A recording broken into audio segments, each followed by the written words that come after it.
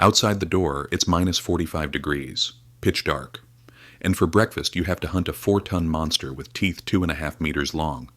Do you know what's the most surprising part? This was an ordinary day for a caveman 40,000 years ago, and today we will live that day from dawn to sunset 40,000 years ago. Uncensored, plain. You will learn why Cro-Magnons managed to survive while Neanderthals disappeared, what those secret survival scenarios in the Ice Age were, and what they did better than all the other human species on Earth.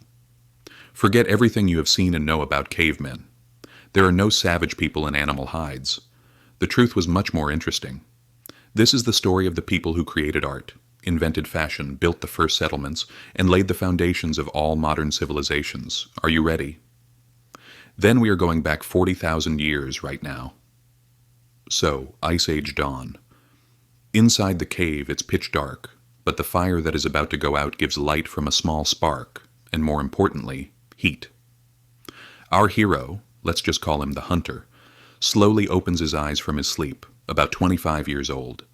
Back then, this age was a mature age. The hunter's height is 1.95 meters, a muscular build, a wide forehead, a protruding jaw. Do you know what's surprising about that? If you washed him and cleaned him up, shaved him, and dressed him in today's clothes, you wouldn't be able to tell him apart from a normal person you see in the subway. But there is one huge difference. The hunter is incredibly strong. His muscles have been hardened by years of hunting and fighting to survive. Research on skeletons shows many bone fractures and traumas that healed successfully. In this ERA, people regularly came face to face with predators and fought them, and almost every time they won. The hunter gets up from where he lies and looks over the area he lives in. This is not just a dirty cave like in horror movies. Exactly a community of 40 people lives here. Men, women, children, and babies. Hides are hanging on the walls, a few fires are burning placed in torches. There is smoke, the smell of roasted meat, and of course the smell of dirty people who don't bathe. But this smell is the familiar smell of the struggle to survive, of family and home. And here is what is surprising, do you know? Cro-Magnons had a division of labor that made their community incredibly efficient. While the men prepared for the hunt, the women took care of the less important tasks. Edible plant roots, gathering fruit, preparing food, sewing clothes. And yes, just like you heard, they were literally sewing. They weren't just throwing hides over their shoulders. This is a very critical point. Do you know why Cro-Magnons managed to survive in the Ice Age while Neanderthals disappeared? One of the most important reasons is the quality of clothing. Cro-Magnons had learned to sew clothes that fit their bodies from the hides of fur-bearing animals, rabbit, fox, and even mink. Archaeologists find exactly the bones of these animals in Cro-Magnon caves. Neanderthals, on the other hand, were only throwing hides over themselves. As a result, while waiting in ambush during a hunt, they got cold faster. Neanderthal children also got sick more often and died. In their workdays, the time when the sun was directly overhead at midday lasted only a few hours. The clothing being high quality saved our ancestors from extinction. Now let's return to our morning. The hunter gets up and puts on his fur jacket. When you think about it, a work of art. Dozens of small pieces of fur sewn with bone needles using animal tendons as thread. Jackets of deer hide, fur trousers insulated with grass. All of this was made by his wife and sisters by sewing with their hands during long and cold winter nights. Now the most interesting part, the hunt. Today the hunter and his community are going on a mammoth hunt. Yes, a real, giant, woolly mammoth.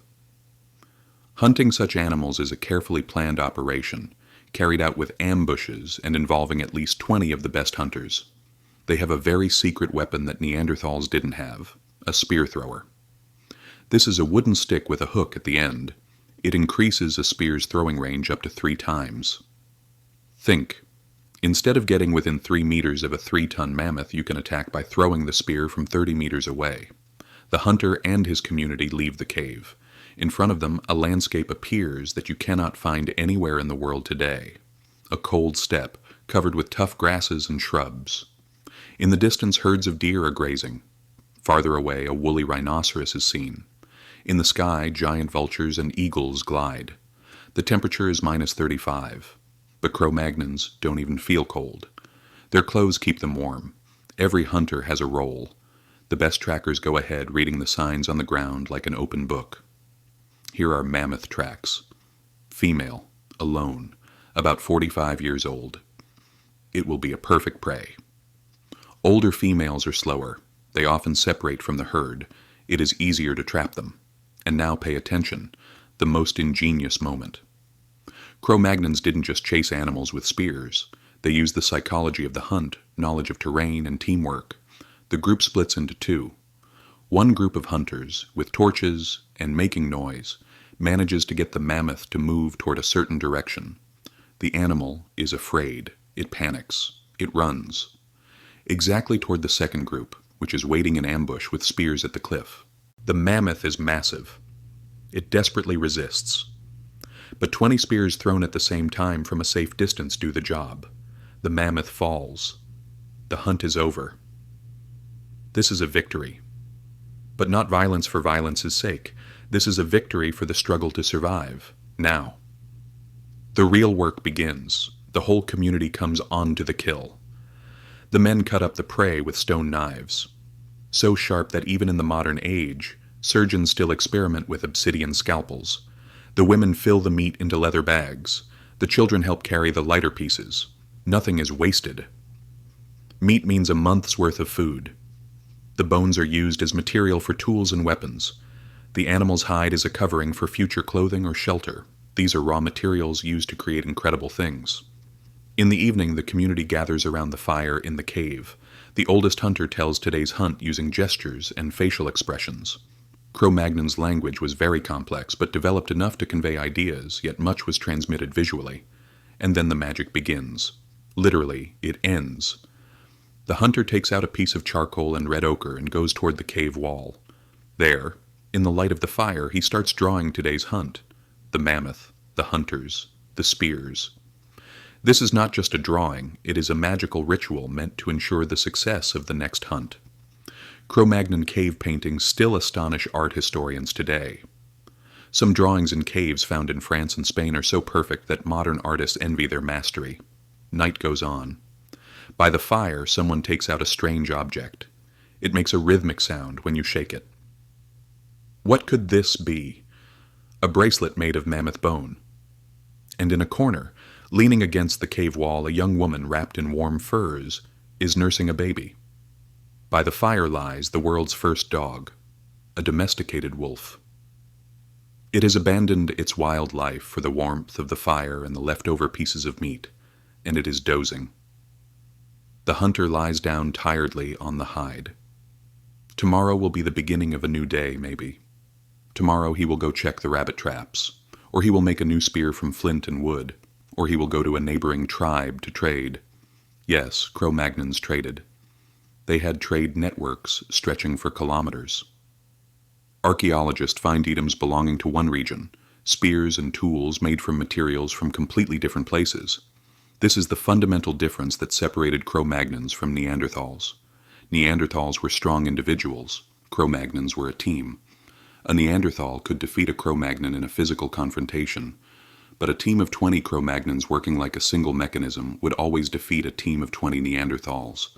They established the first settled life, invented the bow and arrow, designed and made the atlatl, learned to fire ceramics, created art, music, religion. Cro-Magnon people didn't just survive, they taught how to discover. A Cro-Magnon's day continues and ends as it began, in the warmth of the tribe, in the safety of the cave, under the heat and protection of the fire. The foundations of the future were being laid by the steps they took every day.